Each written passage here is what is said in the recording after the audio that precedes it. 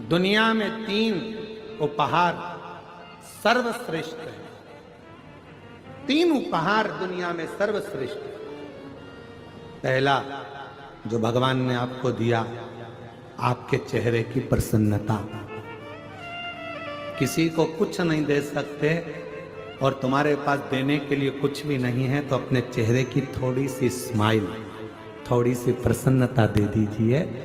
चेहरा खुश दिखेगा तो सामने वाले को अपने आप उपहार मिल गया, समझ लेना, सब कुछ मिल गया। 3 उपहार हैं जो दुनिया वाले को परमात्मा ने दिए हैं। पहले नंबर का आपके चेहरे की प्रसन्नता, वो केवल मनुष्य को दिए। मुस्कुरा लो, हंस लो। हमने पहले भी कथा में कहा था, हंस लो इन दांतों से खिल खिला के, नहीं तो एक दिन गिर जाएंगे हिल हिला के।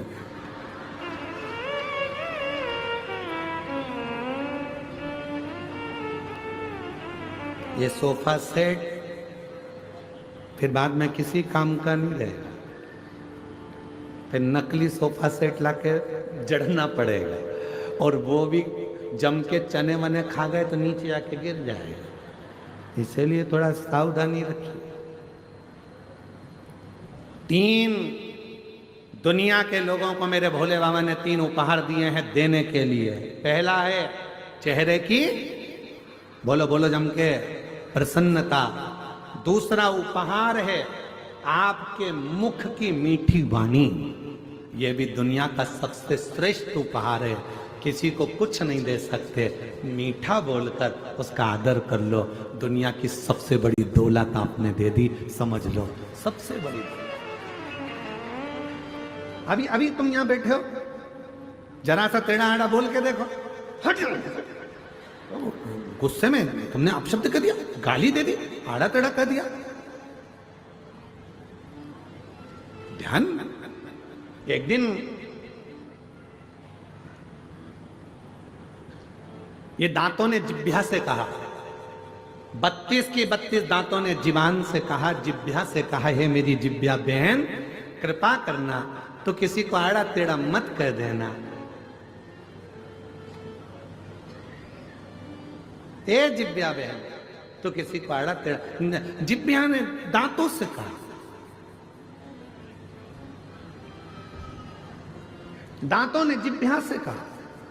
दांत जिह्वा से कहते हैं, जिह्वा दांत से कहती है, जिह्वा कहती है दांतों से, ए मेरे 32 भाइयों, मैं बहुत कोमल कोमल तुम्हारी बहन हूँ, सीधी सादी तुम्हारी बहन हूँ, मुझे काट मत देना। मैं तुम्हारी 32 भाई की एक ही बहन हूँ जीवान, तुम मुझे काट मत देना। तो 32 भाइयों ने कहा, बहन तू चिंता मत कर, हम तुझे कभी नहीं काटेंगे, पर तू हम पे कृपा करना, किसी से आड़ी टेढ़ी मत बोल देना, नहीं तो एक ही में पूरा भाई की भाई निपट जा।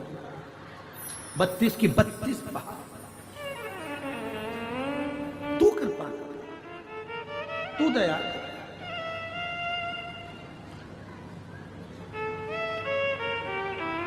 पहला उपहार दिया है मेरे भोलेनाथ ने आपको, मनुष्य को, दुनिया को देने के लिए पहला उपहार दिया। क्या? चेहरे की प्रसन्नता। हंस लो इन दांतों से खिल खिला के, नहीं तो बाद में निकलेंगे हिल हिला के। बहुत बुरी हालत। और दूसरे नंबर पर उपहार दिया है मेरे भोले मामा ने आपको मीठी वाणी। जितना प्रेम से बोल सकते हो, किसी को धन नहीं दे सकते, दौलत नहीं दे सकते, अच्छे से व्यवहार कुछ नहीं दे सकते, तो अपनी मीठी वाणी से बस उसको प्रेम से बोल लो, वो भी उपहार है। और महाराज, तीसरे नंबर का उपहार भगवान भोलेनाथ ने जो दुनिया को दिया है, वो है सम्मान करना, आदर करना, सत्कार करना। कुछ मत करो, किसी को कुछ नहीं दे सकते तो आदर दे दो। आओ भैया जी बैठो, भाभी जी कैसे हैं, भैया ठीक हैं, काका जी ठीक हैं, काकी जी ठीक हैं। ये आदर के शब्द एक दूसरे को देना प्रारंभ कर दो। सुबह से उठो, सास से कितना भी झगड़ा हो तो भी उससे प्रेम से आदर पूर्वक बात करो। और सास से निवेदन है, बहू कितनी भी गलती करे उसकी गलतियों को माफ कर कर बेटी जैसा आदर देकर उसको गले लगाना प्रारंभ करो। वो आदर का संस्कार, वो आदर का संस्कार। ये 3 उपहार हैं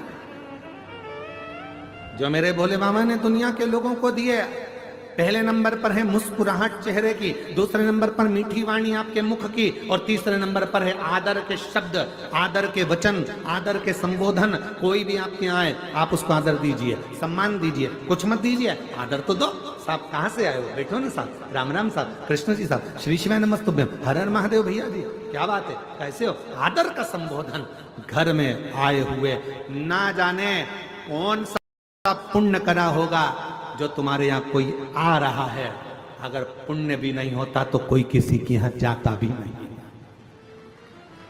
कौन सा पुण्य करा?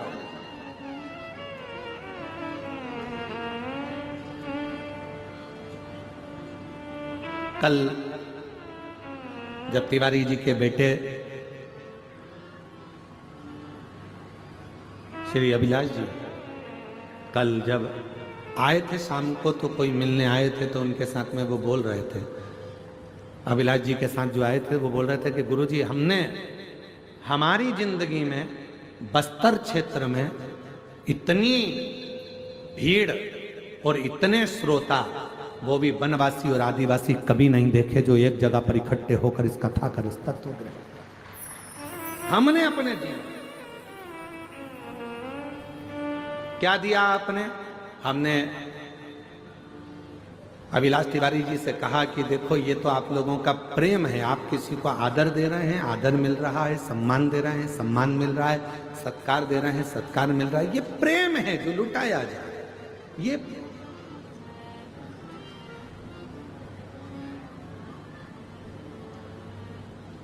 रामचरितमानस, रामायण किस किसने देखी है, किस किसने सुनी है, किस किसने पढ़ी है? हाथ उठाओ जरा।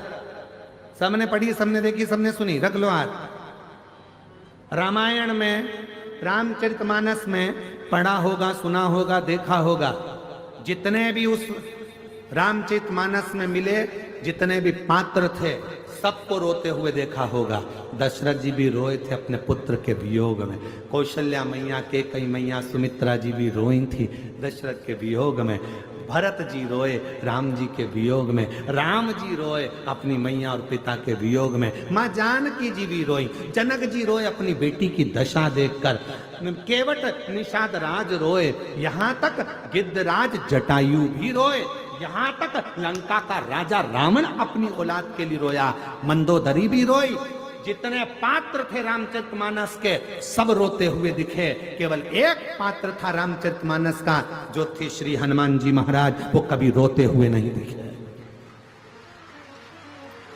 जिनकी आंखों में कभी आंसू नहीं दिखे, जिनने कभी रोया नहीं, उनकी आंख से आंसू बहा नहीं। एक बार लक्ष्मण जी के मन में यह बात आ गई कि मैं रोया, आप रोए, भरत रोए, शत्रुघ्न रोए, माँ जानकी जी रोई, माता कौशल्या, कैकेयी, सुमित्रा रोई, केवट रोए, दशरथ जी रोए, जनक जी रोए, सुमंत्र जी रोए, जितने भी सभासद थे, सब गुरु की आंख में आंसू था। पर ये हनुमान क्यों नहीं रोते हैं? तब राम जी ने कहा, यह हनुमान नहीं है, यह शिव का स्वरूप है। और शंकर कैसी भी परिस्थिति हो, हर परिस्थिति में मुस्कुराना जानते हैं, वो शिव। और संसार का सबसे बड़ा गुण तत्व यही है, हर परिस्थिति में आप मुस्कुराइए। दुख आएगा, मनुष्य का शरीर है, ऐसा कौन है व्यक्ति जिसकी जिंदगी में दुख नहीं आया? कौन है? राम जी के जीवन में भी दुख आया तो कृष्ण भगवान के जीवन में भी दुख आया। जितने भगवान के अवतार हुए, हर अवतार में दुख आया। ऐसा संसार में कोई नहीं जन्मा जिसकी जिंदगी में दुख नहीं आया। दुख आएगा, पर उस दुख में भी मुस्कुराना सीख लिया तो समझ लो कि शिव की कृपा होना प्रारंभ हो गई। हम मुस्कुराए, तकलीफ आए मुस्कुर, कोई दिक्कत, बीमारी आई है ना, आ गई ना, बड़ा रोग आ गया ना, तकलीफ आ गई ना, धीरे से जाएगी। पर अपन क्यों रोए उस बीमारी के चक्कर में? इतना बड़ा बीमारी हो गई, मेरा लीवर खराब हो गया, किडनी बेकार हो गई, थायराइड हो गया, घुटने बेकार हो गए, कहीं ये हो गया, और रोने रोने में जिंदगी निकाल दे। बीमारी आई है, सोचते रहोगे, सोचते रहोगे, सोचते रहोगे तो बीमार पड़े रहोगे, बीमार पड़े रहोगे।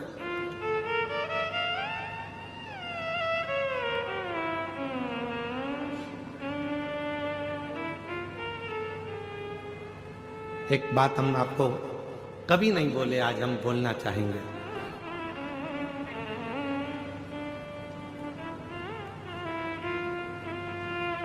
दो 2021 की बात, एक लड़की हरियाणा की एक बेटी अपनी मम्मी को लेकर पापा के साथ आई। मम्मी पापा दोनों थे। उस बेटी ने कहा, गुरुजी 2021 का चरित्र, हम बाबा के धाम पर थे, कुबरेश्वर धाम पर। मेरी मम्मी को कैंसर हो गया और डॉक्टर ने लास्ट स्टेज का बोला। हमने कहा, मम्मी को मालूम पड़ गया? हाँ, बहुत रोती है, बहुत।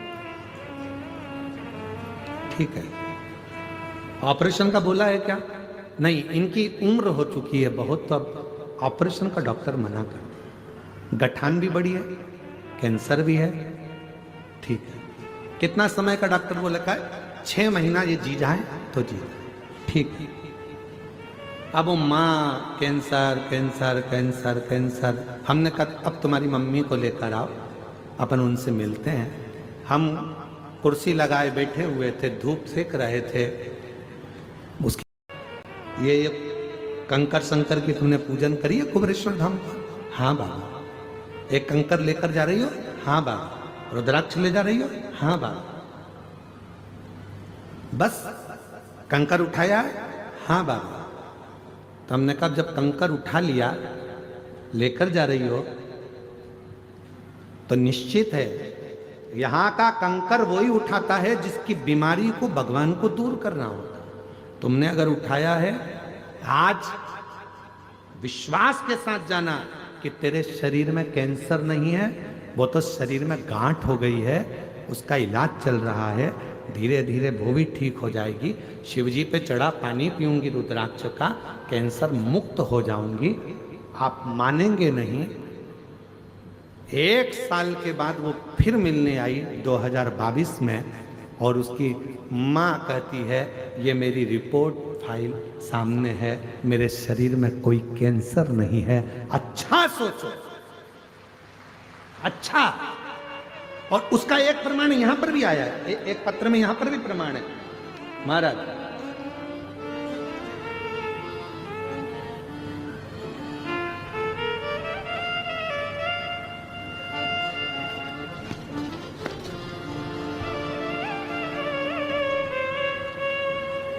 मेरा नाम मनीषा ठाकुर है, मेरे पति का नाम राजेश ठाकुर है। मैं पावर हाउस चौक जगदलपुर से आई हूं। कहीं बैठी हो, हाथ हिला सकती है।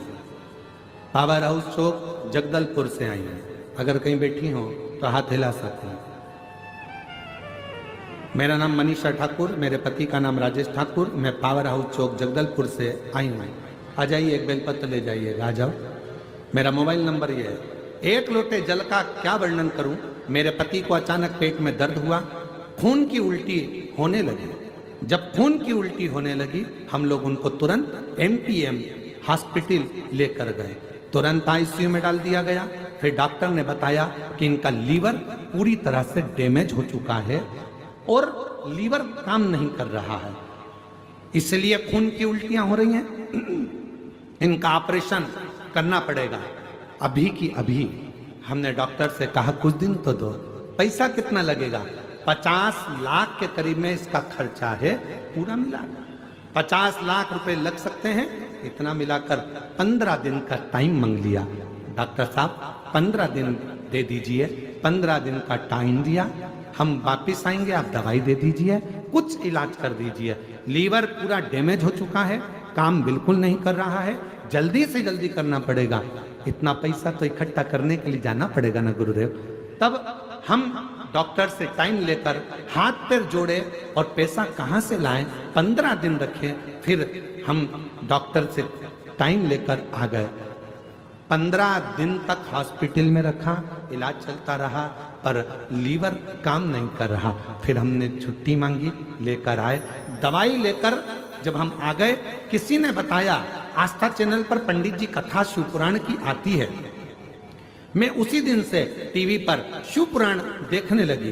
रोज मंदिर जल चढ़ाने जाती और रोज जल चढ़ा के बेलपत्र लाकर अपने पति को दे देती। 3 महीना के बाद फिर लेकर रायपुर गए चेकअप कराने। डॉक्टर ने चेकअप करके बताया इनका लीवर काम करने लगा है, ऑपरेशन कराने की जरूरत नहीं है। पशुपतिनाथ का व्रत और शिव जी की कृपा। गुरुदेव बालोदा बाजार में हमने पहली कथा सुनी थी, अपने पति के लिए प्रार्थना करी थी। दूसरी बाबा पुरूर में कथा सुनी और तीसरी कथा दंतेवाड़ा के इस गिदम क्षेत्र में श्रवण कर रहे हैं। ये बाबा की कृपा। मेरे पति का पूरा लीवर वापिस काम करने लगा। क्यों काम करने लगा? क्योंकि आपके हृदय में विश्वास आ गया मैं ठीक हूं, मुझे कोई बीमारी नहीं हुई है। जब हम अंदर से अच्छी फीलिंग, अच्छा सोचते हैं तो अच्छा होता है। तुम ये सोच कर रहो मेरा सिर दुख रहा है, सिर दुख रहा है, सिर दुख रहा है, तो सिर दुखेगा। तुम्हारा घुटना दुख रहा है, घुटना दुख रहा है, घुटना दुख रहा है, तो दुखेगा। मैं नीचे नहीं बैठ सकती, नीचे नहीं बैठ सकती, तो जिंदगी में कभी नहीं बैठ सकती। तुमने सोच लिया बैठूंगी, कथा है, शिव पुराण, मिट्टी लगाऊंगी, पाँव ठीक होगा, आराम से जाऊंगी, पाँव ठीक होगा। तुम गलत सोचोगे तो गलत होगा, अच्छा सोचोगे तो अच्छा। ये तुम्हारे भीतर की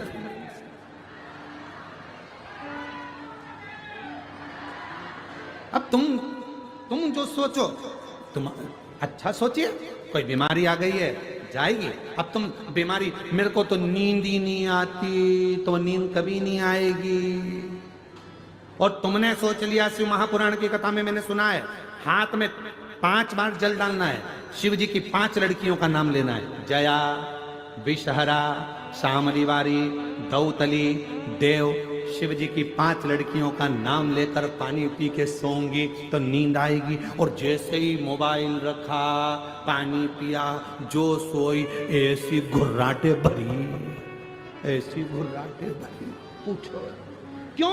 अंदर की फीलिंग अच्छी होगी, अंदर का भाव अच्छा हो।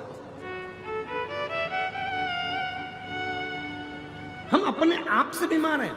आधे से ज्यादा व्यक्ति तो अपने आप से बीमार है।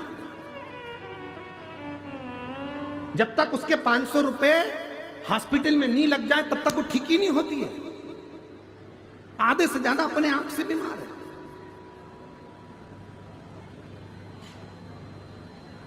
तो गुरुजी, हमारा बच्चा बहुत बीमार रहता है, बार बार उसको हॉस्पिटल ले जाना पड़ता है। हमने कहा क्यों चिंता करती हो जीजी, बच्चा ने जन्म कहाँ लिया? तो कहा हॉस्पिटल में। हमने कहा पहले बच्चे कहाँ जन्म लेते थे? नानी के घर में, दादी के घर में। जब बच्चे नानी के घर में पैदा होते थे तो नानी के घर ज्यादा जाते थे। बच्चे जब दादी के घर में पैदा होते थे तो दादी से तब प्यार होता था, उसके घर ज्यादा जाते थे। आजकल बच्चे हॉस्पिटल में पैदा होते हैं तो सिस्टर और डॉक्टर से प्यार होता है, इसलिए बार बार जाते हैं। उसके दिल में शिव बसा हो, उसको कष्ट ना दे, उसको तकलीफ ना दे। उसका जवाब स्वयं देवाधिदेव महादेव देते हैं।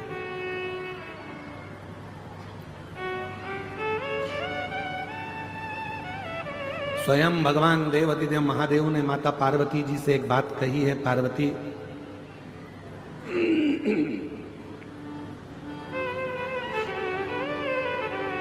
ये जो तुमरुका जी ने शिव महापुराण की कथा को कहा है और चंचुला अपने पति की मुक्ति के लिए ये कथा जो सुन रही है, शिव कहते हैं सुनो पार्वती, ये शिव महापुराण की कथा कलिकाल में मानव के जीवन को सार्थक करने वाली। भूल से भी किसी का मन अगर शिव महापुराण में नहीं भी लगे और भूल से भी अगर वो कथा के पंडाल तक पहुंच जाता है या कथा को सुन लेता है कहीं पर भी बैठकर, शिव कहते हैं उस पे मेरी दृष्टि पड़ जाती है और उसका उद्धार मैं कर देता हूं। जैसे सोना, सोने में अगर कीचड़ लग गया, सोने में धूल लग गई तो सोने की कीमत कम होगी क्या? जम के बोलो जरा। नहीं। सोने में कीचड़ लग गया तो कीमत कम होगी क्या? सोने में आटा लग गया उसनते समय तो कीमत कम होगी क्या? सोना पानी में पड़ा है तो क्या कीमत कम होगी क्या? सोने की कीमत उतनी की उतनी ही रहेगी जितनी उसकी है, चाहे वो कीचड़ में हो, चाहे मिट्टी में हो, पानी में हो, चाहे कहीं पर भी हो। उसी तरह शिव महापुराण की कथा, चाहे तुम्हारा दिल लगे चाहे ना लगे, अगर तुम शिव पुराण की कथा में पहुंच गए हो, समझ लेना शिव की दृष्टि तुम्हारे पर पड़ना प्रारंभ हो गई और तुम कीमत वाले।